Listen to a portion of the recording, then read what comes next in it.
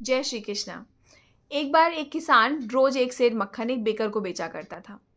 एक दिन बेकर ने ये जांचने के लिए कि मक्खन एक सेर है या नहीं, उसको फिर से तौला तो पाया कि मक्खन तो एक सेर से कम था। अब इस बात पे उस बेकर को बहुत गुस्सा आया और उसने केस कर दिया। बात अदालत तक पहुंची और किसान को जज साहब के सामने पेश किया गया। जज साहब ने उस किसान से पूछा कि तुम ये एक मक्खन कैसे तौलते हो, ये तो एक सेर से कम है। तो उस किसान ने बहुत ही मासूमियत के साथ जवाब दिया। उसने कहा कि मैं तो अज्ञानी हूँ हुजूर, मेरे पास तो कोई बांट नहीं है तौलने के लिए, पर एक तराजू है। तो जज साहब ने कहा तो तुम तौलते कैसे हो इस मक्खन को?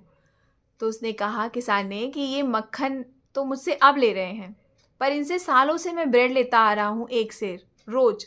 तो सुबह जब मैं ब्रेड लेकर इनके यहाँ से आता हूँ तो उसी ब्रेड को बांट की जगह पे रख देता हूँ और उतनी ही मात्रा में मक्खन मैं इनके यहाँ दे आता हूँ। अब अगर किसी की गलती इसमें है हुजूर तो इनकी है। तो इन्होंने जो मुझे दिया था मैंने उतना ही इनको दिया। कहने का मतलब ये है कि जीवन में आप जिसको जैसा देते हैं, जीवन में वही आपको वापस मिलता है। इसलिए लोगों का भला करते चलिए और अच्छे कर्म करते चलिए, क्योंकि आपके कर्म किसी ना किसी रूप में आपके पास वापस आते ही हैं। जय श्री कृष्ण। राधे राधे। जय जगन्नाथ।